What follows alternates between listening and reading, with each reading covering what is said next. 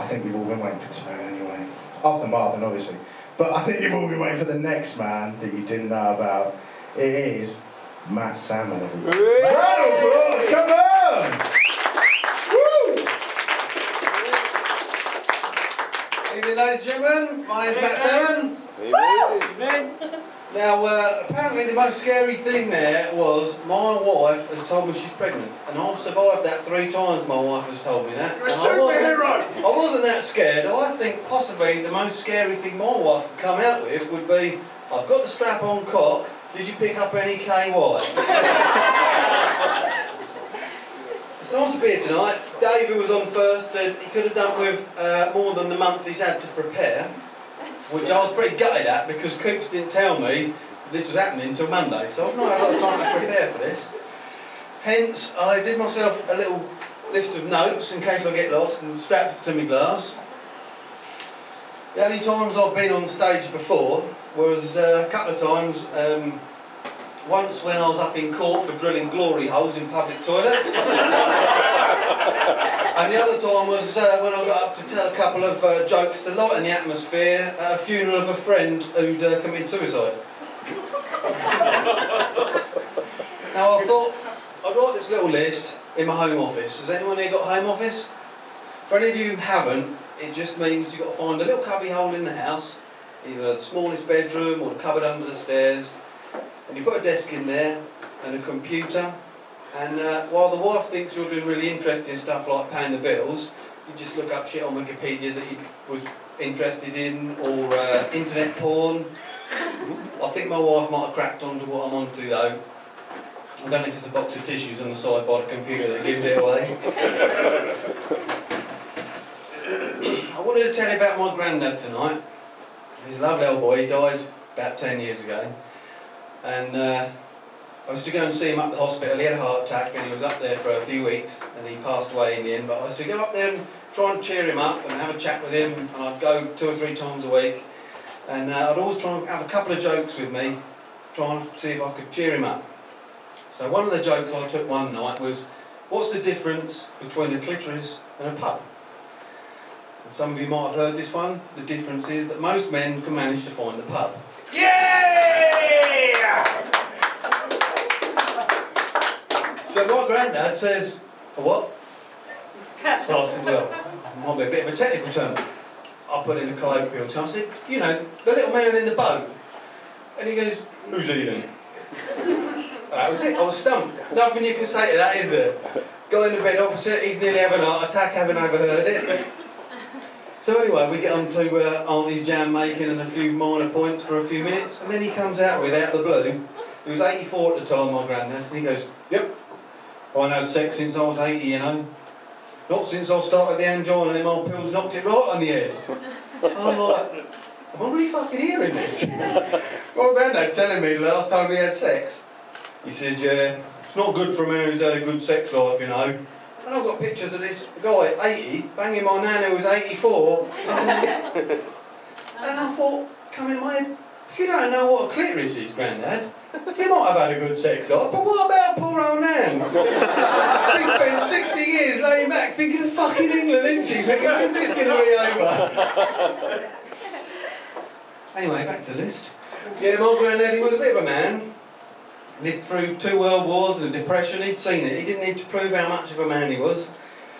He didn't need tattoos and earrings like people do nowadays to prove how much of a man they are. Have you seen the new earrings what are out? These fucking big ones that make a hole in your ear. And when I was at school, kids with big ears had the piss took out of them. Nowadays, everyone wants to make their ears bigger. I don't get it. And have you also noticed that the bigger the hole, the stupider the fucking geezer is?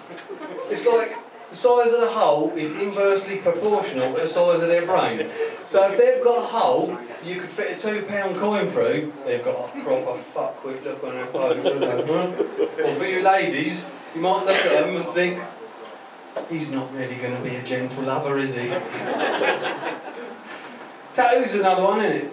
No one wants ones like your dad had in the 60s, an eagle carrying a skull like a pirate. Nowadays you go to Thailand and you have your name tattooed on the inside of your arm in Thai. Now I can't figure this out, Because how the fuck do you know what they've tattooed on your arm? It could just say, hands up if you think I'm a cock. Or it might say, I'm a paedophile. In time, mightn't it? And why is it that it's on the inside of your arm? Is it when you get back from holiday and your mum says, did you have a nice time? You didn't get one of them silly tattoos, did you, son? You can cross your arms and go, no, mum. And she won't fucking see it, will she? My wife, she wanted a tattoo a few years ago. She ended up with a little bee on her arm. Weren't my suggestion. She says to me, what do you think I should have? I said, you know your friend Debbie? Could you have a picture of her with no clothes on and her legs spread like that on your back? Maybe ramming a dildo up? She didn't think much to that. The other suggestion was just a really nice set of tits tattooed on her back. Gives you something to keep you going on a slow night when things ain't going to it. Fucking lovely! And you're away, isn't you? Yes, lovely. I went out with a girl a few years ago before I was married. And you know the old popular thing is to have a Brazilian, innit? Yeah, where you have a little stripe of hair up the middle and the sides are all trimmed neatly, aren't they? This girl had a bit of the old opposite. She had I think it was called a Peruvian. So what she had was a bit shaved up the middle. Yeah, it looked like when you land a plane in the jungle with fucking great bushes on either sides. It didn't do a lot for me. It looked like she got Krusty the Clown in a headlock. Hey! I'd like to finish up with a little joke. There's two deaf fellas go in a pub. So one of them says to his mate, I'm getting a binge. Yeah, man, you sit down. Mate, alright. So he goes, sits down, goes up to the bar. You got 2 pints of Stella? So Matt Barton pours him out 2 pints of Stella. He said that'd be £10. £10 fucking pounds? 2 pints? 1.5, ain't ya? He says, no. He says, what live music tonight? He said, oh, he says, is it disco or rock and roll? He says, no, it's country and western. Oh. He picks the pints up, goes and sits down next to his mate and goes, 10 fucking quid for 2 pints. Big point, yeah. His mate said, no. He said, yeah, but apparently you've got live music on. His mate said, oh, he said, is it disco or rock and roll? He said, I don't know. He said it was some cunt from Preston. Thank you very much.